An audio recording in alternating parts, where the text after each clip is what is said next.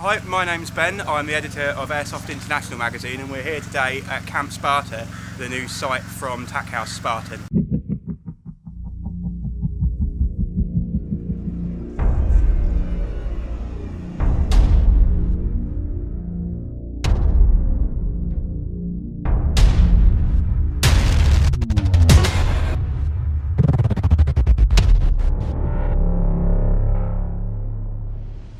One of the things we brought along with us to try out today is this new thermal scope from Scott Country International. It's a miniature thermal optic which lets you basically see into the dark.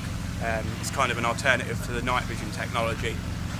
We've mounted it on this new Evo carbine, which is the first one in the country at the moment. We've been shooting people with it, which I think is pretty much a world first.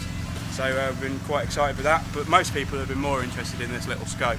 We've covered the scope off in the upcoming issue of Airsoft International. It's basically a really compact but rugged thermal optic that fits onto a wrist rail.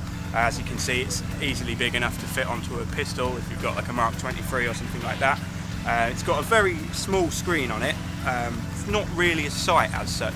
We've been looking at it as more of a kind of torch that only you can see. It runs on a CR123 battery.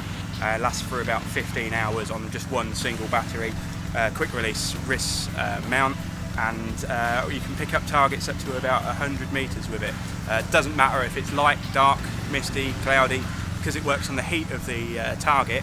You can't really even hide from it. It's probably one of the most exciting things we've seen in ages. At 675 quid, it's pretty expensive, but £675 doesn't buy any real alternative to this. The night vision for that price point isn't very good, but the thermal optic at that price point is really, really effective. The biggest question people have asked us is what happens if it gets shot at. We can protect the rear screen really, really easily. If you know anything about thermal imaging, it's really difficult to screen this tiny little lens at the front, because thermal imaging won't go through glass or perspex. The way we've found to protect this, unfortunately we haven't got the protector with us, so we've been flying by the seat of our pants with it, is to fit a small cone with an aperture in front of it. If you make the aperture about 5.5mm, that's too small for a BB to pass through, but big enough for the narrow field of view of this little scope to see through without any kind of degradation of the image that it picks up on. So thanks for listening. There'll be a little bit more information about this scope in Airsoft International Magazine Volume 12, Issue 13.